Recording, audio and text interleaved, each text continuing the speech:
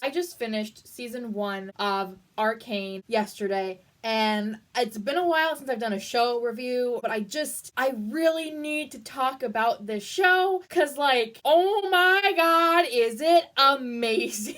Reference, I don't know anything about League of Legends. I've never played League of Legends. I know nothing about League of Legends. The only reason I wanted to check this show out was because one, it's fucking gorgeous. Just like the way it looks, like painterly, but like it's so beautiful. Every scene looks like concept art. It looks like a painting. It was captured by the animation style right away. And the voice acting is so good. It's just a good show. It's been a while since I've watched a show where I was like hooked from the first episode, and this is one of those shows where from the first episode, whether it be the characters, the animation style, etc., I was hooked. And you're just like on the edge of the seat. You're crying, you're laughing, you're smiling, you want to throw your device. I've heard from a lot of people before I watched the show that you don't need to know anything about League of Legends to watch the show, and that's true.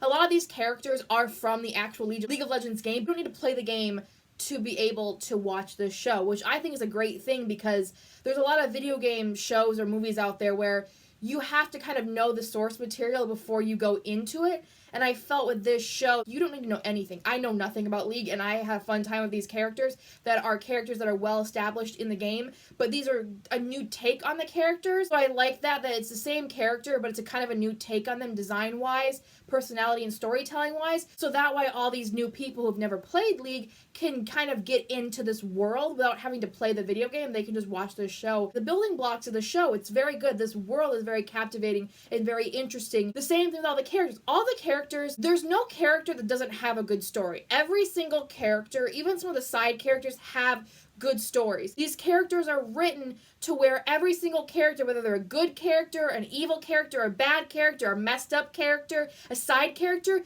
you care about every single character. Because the characters are written so well and they each have their own faults and flaws, you start to see these characters come apart. You start to see the building blocks of these characters and be like, huh, I get where you're coming, I get you. And you see where they're coming from, you see what they want, you see their desires. Doesn't mean they're always going about it the right way, but that just makes them human. I think the best written characters are characters that are very flawed and are not necessarily going about things the right way, but you see the intention, you see the idea they had, and you can get behind it because they feel like a real person. They feel like a real human being. Like, I feel like I know a person exactly like this. And that's when you have good written characters. Like I've said this before, you can have an amazing world, an amazing story, but if your characters fall short, your entire project falls short, at least in my opinion. Characters are what drive the story 99% of the time. So if you don't have good characters but a good story, it may not work. This show has good storytelling, good plot, good characters, good animation. It has it all. I just like the aesthetic of the show. I like the steampunky, like magic-esque style that it has that a lot of like fantasy kind of like games have. I like the aesthetic and the feel of like the cyberpunky steampunkness. I like it. Not only that, but every character has a very unique design. Every character is designed so well. Like every character is very well designed. Every character has a very cool, unique aesthetic and like vibe to them. Every character has their own aesthetic and their own vibe, but it also works and fits into this like that. I like the aesthetic.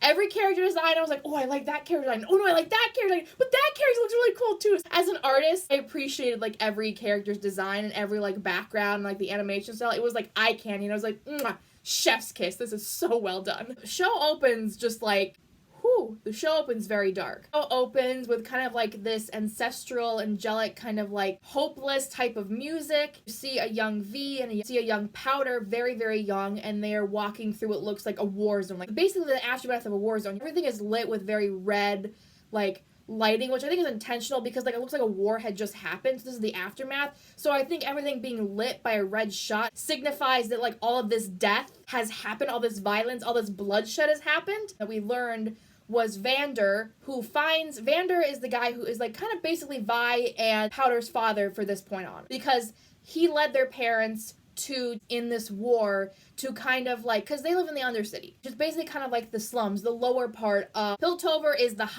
basically this whole city. They are the people at the top, the richest of the rich, but Vander had this dream. He wanted the people of the Undercity to have a better life. He wanted the next generation, all these young kids growing up in poverty, living on the streets. He wanted them to have a better life. That's why he led this rebellion. Him and Silco wanted a better life for all these people. And while Silco kind of went about it a more like power-hungry move, that's why he created the Undercity. He saw all of these kids from the war living in poverty, and he brought them all to the Undercity and formed the Undercity so all these people could have a place to live and call home and not just be forgotten by Piltover. That's also why he doesn't really want to do a rebellion anymore or have anything to do with the people of Piltover, because he's trying to protect his people, because Piltover has all the manpower. They have the enforcers, they have the council, they have everything. So if like people in the Undercity screw up, like kind of what Vi and Powder and all of them did, then the people in Piltover will come down like we saw in the rest of the show and just wreak havoc, and no one will be safe. Piltover enforcers will just keep coming down asking questions. But he also made that deal. I will not have my people in the Undercity go up and bother you in your city. Tell my people to stay out of your business, and in turn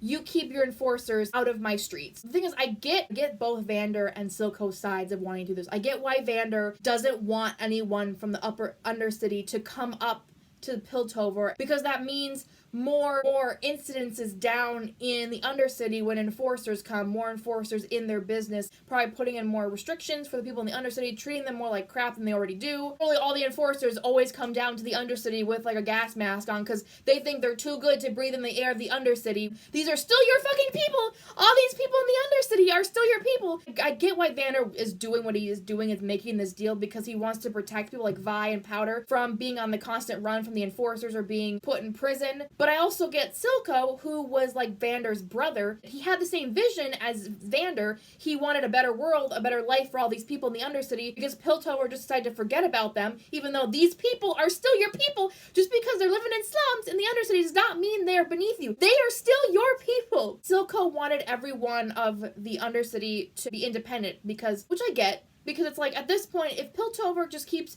forgetting the people of the Undercity, at this point, they're not even helping those people. So at this point, I like, why wouldn't Undercity become its own independent colony, its own independent city? Like, they're not getting any help from the Topsiders, so why would the Topsiders mind if they were independent, you know what I mean? I get both Vander and Silco's side. I just don't think Silco went about it the best way. Like, he goes about it a different way with, like, this purple liquidy stuff, this shimmer, turning everyone into monsters, like, giving them, like, powers. That creating more chaos and more power and more war is basically kind of what you're basically doing what Piltover's kind of doing. You're having all these innocent people who want nothing to do with the shimmer. You're making all those innocent people feel like they are not being cared for, like what Piltover is doing to all the people of the Undercity. In a way, Silco is kind of doing what the people of the top are doing to him. He's past the point of, I want to try to negotiate things with the top side. He's way past that point. And I don't blame him, because it's like, Piltover's not really doing a whole lot. And it's not until Caitlyn comes down and sees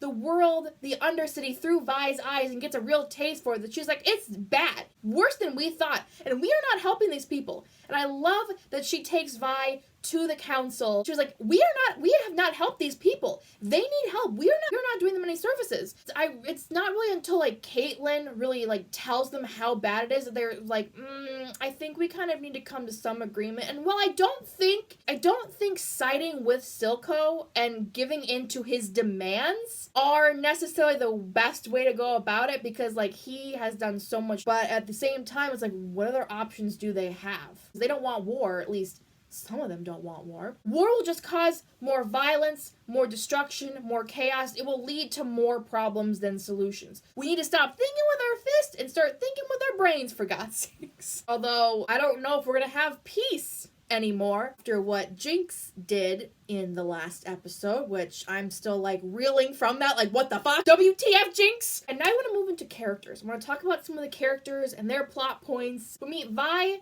and Powder, and like we saw in the first episode at the beginning, they are orphans. Their parents fought alongside Vander. They ended up losing their life, so Vander takes them in, and probably a couple years later, Vi looks like maybe she's like early teenage years, maybe. Powder looks like she's maybe like 10 or 8 or 7. Milo, the guy with the goggles with them, and they're on a mission topside, which Vander does not know about. Break into some inventor's place, which you later find out in episode 2 is Jace's, looking for anything valuable they can get. I mean, anything topside is probably valuable to people in the Undercity at this point. Powder goes off on her own, and she finds these little jewel crystal things, which become pretty much the big plot point. One of them gets out of her grip, grows on the floor, cracks, and just like explodes. And the room explodes. Yeah, you're trying to be inconspicuous. Didn't go so hot. Every time they've gone on a mission with Powder, Powder is kind of like a jinx because she screws up every single time. Comes into play in the rest of the season. They end up losing the whole bag with all the valuables and the jewels in them, which you think that's it, that's all gone.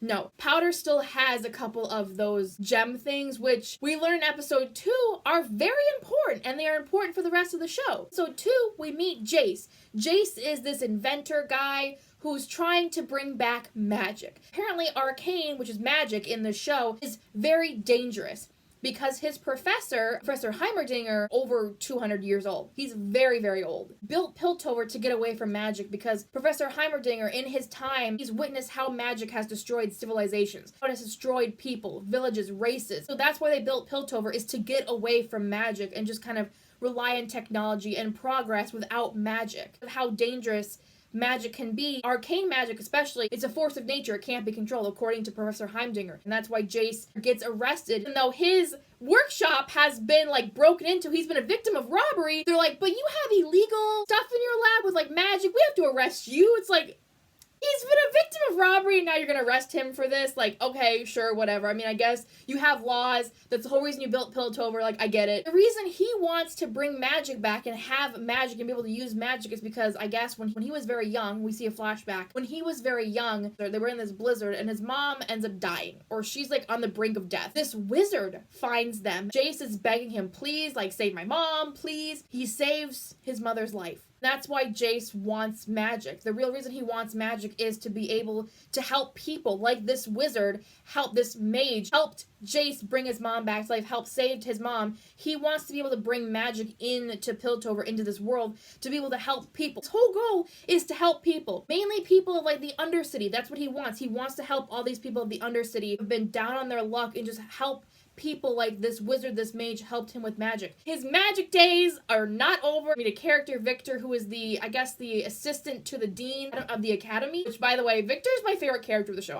He's my favorite. I love his story. Victor believes in his research. He believes that this could work. No one believed in me when I was younger. No one believed in a boy from the Undercity, because Victor's from the Undercity. I think the reason he believes in Jace because, like, no one else believed in Jace, and I think he's like, I don't want to have this happen again. No one believed in me, so I'm gonna try to believe in Jace. But I also think he truly believes what Jace can do. I think he truly believes that Jace can create this magic, or at least stabilize it to the point where they can use it for good. But I think because he wants to try to use the magic to maybe save himself, and I think that's why Victor believes him, is because he's thinking, well, Jace wants to help all these people, maybe he can help me. But also, Victor's a scientist. Like, he believes in curiosity and, like, science. Like, and with science, there's always risk. And I think they're both willing to take that risk. And I think they're both willing to do this because they believe that magic can help these people. And it can. If you do it right and you don't get power hungry, it doesn't go to your head. Of course, it goes to both of their heads. Finally are able to stabilize this crystal, which I was like, that moment was so cool when they finally stabilize it together. And I was just like, yeah! Science bros! I'm not trying to be that person, but I do secretly ship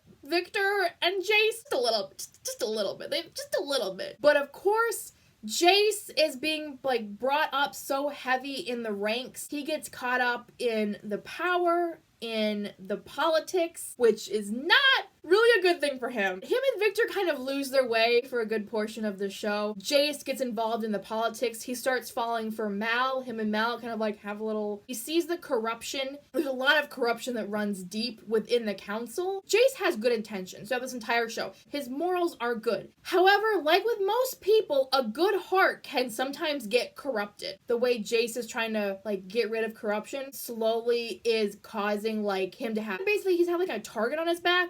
No government is, like, beyond corruption. We should know. And instead of, like, outrooting the corruption in the way he probably should, he sees it as a way, well, I'm gonna still let these people do these things long as they invest in Hextech. Jace, what would Victor say? But then again, Victor's in his own shit too. Victor's playing around with this, like, little cube thing, this other form of the Hextech that they've made. He's trying to, like, do a certain configuration, find a certain configuration, I guess, of ruins or symbols that can be weaponized. Not weaponized, because that's the one thing they don't want. Neither Jace nor Victor want Hextech to be used as weapons. The whole time he's doing it, I'm like, in the back of my mind, I'm just like, he's trying to do it to find some way to be able to walk again. I feel for Victor. He wants to be able to walk again and be able to run and just be able to live his life with not being a cripple. I get that. But, like, the way he's going about it, like, you're, I don't know, man. I'm just like, Victor, I don't want anything to happen to you because, like, you're my favorite character. I get his reasoning for wanting to do this, but does experimenting on yourself, potentially mutating yourself into a monster, is that worth it to keep yourself alive? Is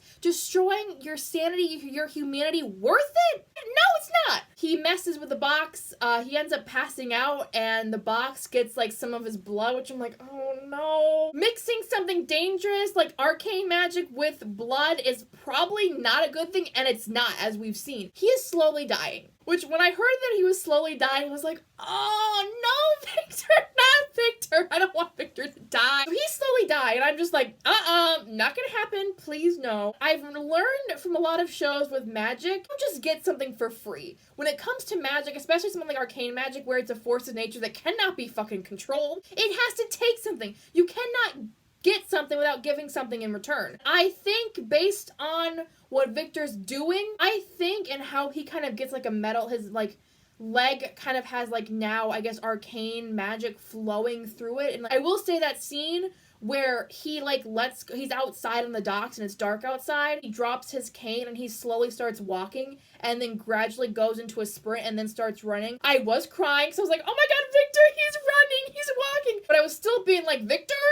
this is dangerous. Of course it is. It's very fucking dangerous. As we learn, his assistant, that one girl, trying to stop him from doing any more damage while they're both touching the cube thing, she disintegrates. And that's when he realizes we have to destroy. He tries to destroy the cube and he can't. I'm 100% with this. I think that it's because the cube has got some of his blood in it. They say the cube can adapt and even learn. I full-heartedly believe this cube, because it is embedded in Victor's body now, I wholeheartedly believe it has control over Victor. And that's terrifying to me. For like season 2 or my predictions for where the show's gonna go, I have a feeling that for Victor's storyline, might be leaning towards becoming like evil mage or an evil wizard, or like not by choice necessarily. There's so many characters with like really sad backstories. There's really sad stories in this show and you feel for them. You feel for every single character. No person really has a happy story in this show. And that sucks. Milo and the guy with the goggles, they die by the hands of Powder. We'll get to Powder. No one has a happy story.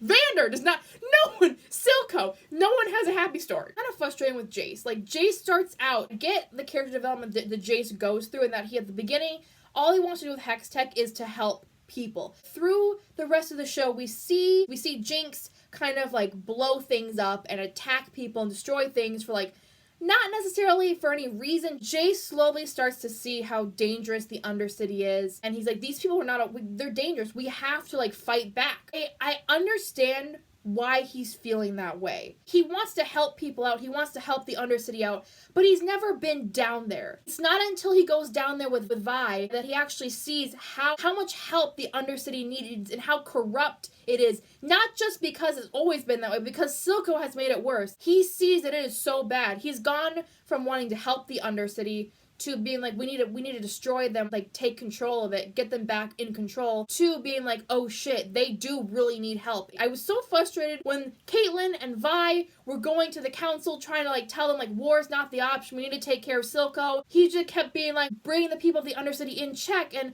Vi and Caitlyn are like, no, there's good people down there. And Jace just like, he's like, there's no good people down there. I'm like, hello? Vi is a good person? Hello, Victor is from the Undercity.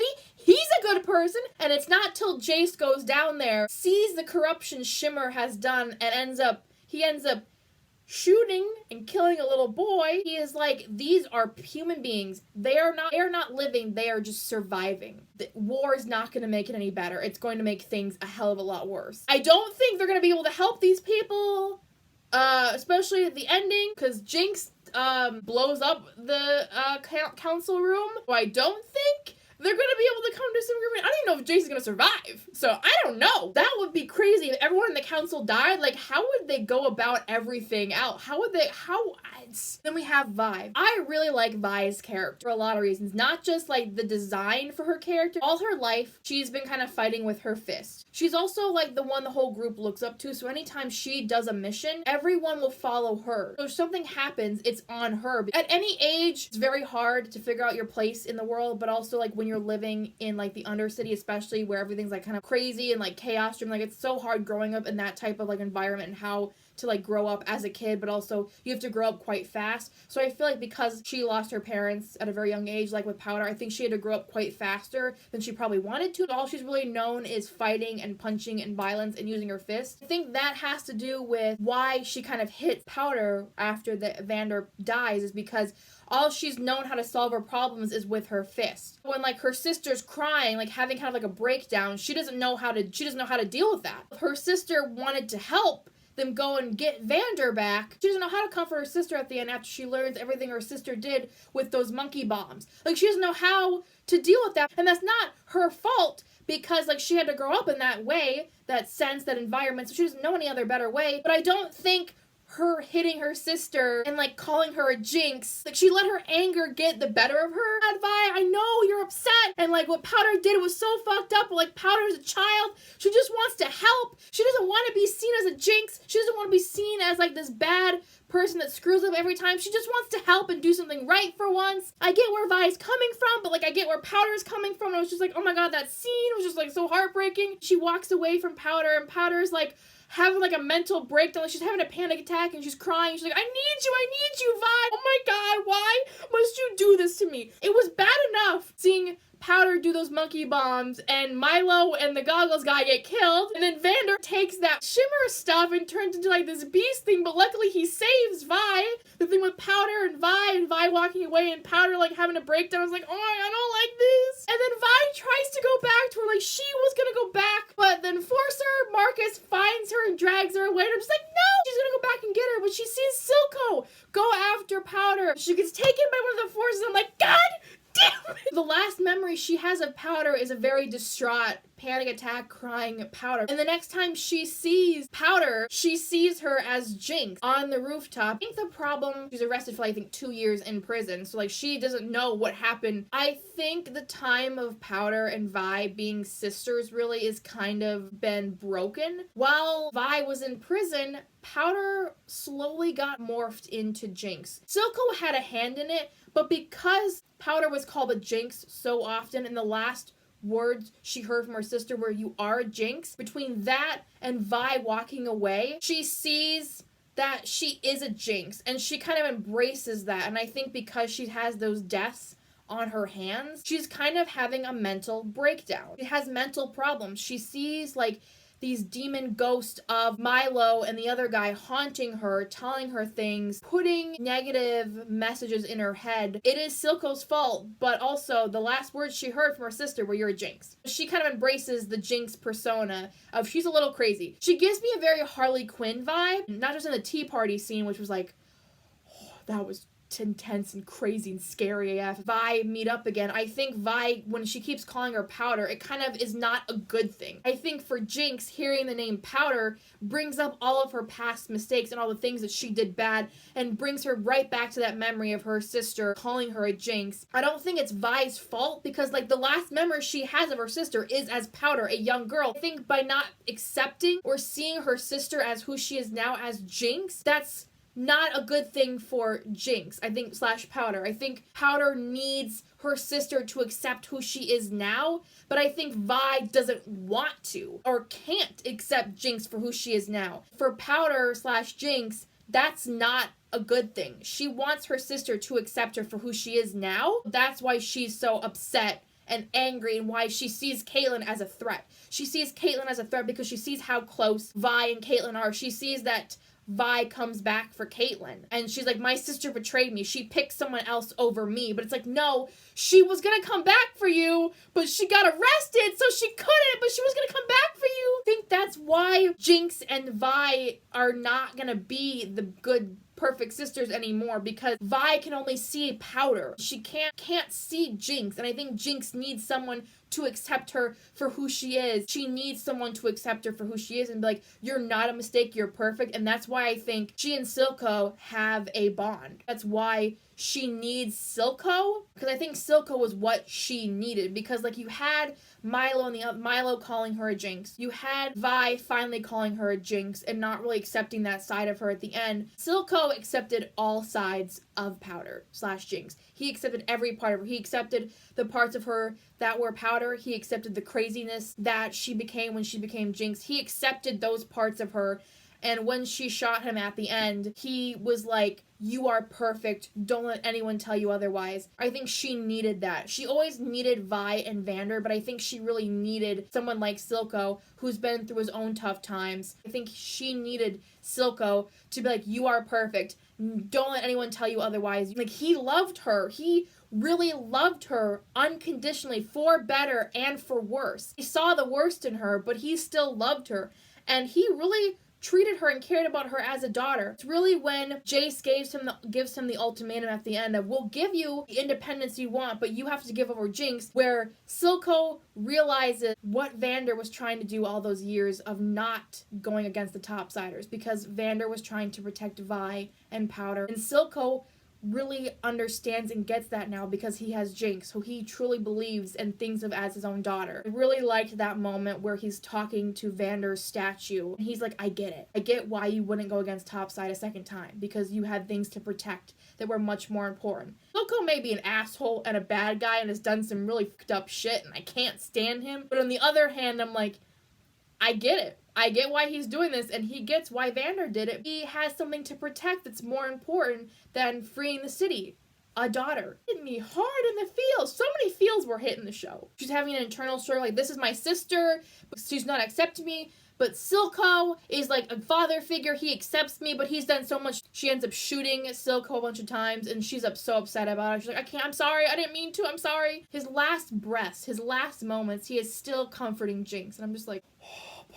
At this point, at the end of the show, Jinx has embraced, she's Jinx. She is fully Jinx now. She now has some shimmer in her body, which I'm like, that mixing a drug with mental issues is never a good idea. She takes one of those jewel things, puts it in a bomb, and shoots a grenade at the council meeting room, where the council is about to agree to Silco's terms and make peace. And if any one of those council members survives, I'm sure as hell there's going to be no peace with the Undercity after this.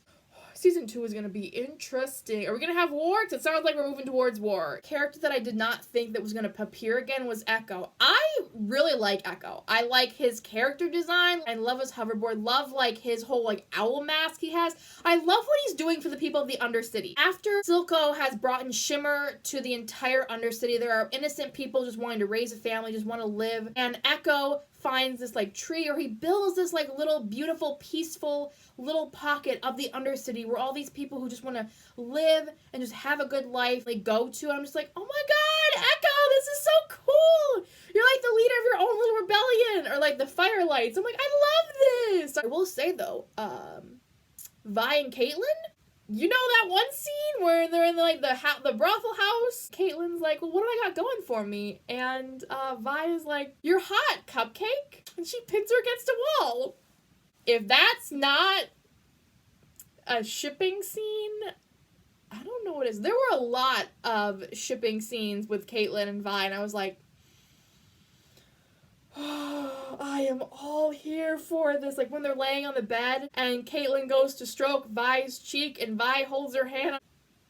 You animated this. You animated those two scenes. Do you know what people are going to do with those scenes? Because I fully believe after those two scenes and then the show, they are fully into each other. I fully believe they will become a couple, or they already are a couple, or in my headcanon, they're already a couple. So yeah, those are all of my thoughts thoughts on Arcane season 1, all 9 episodes. There's so much to talk about.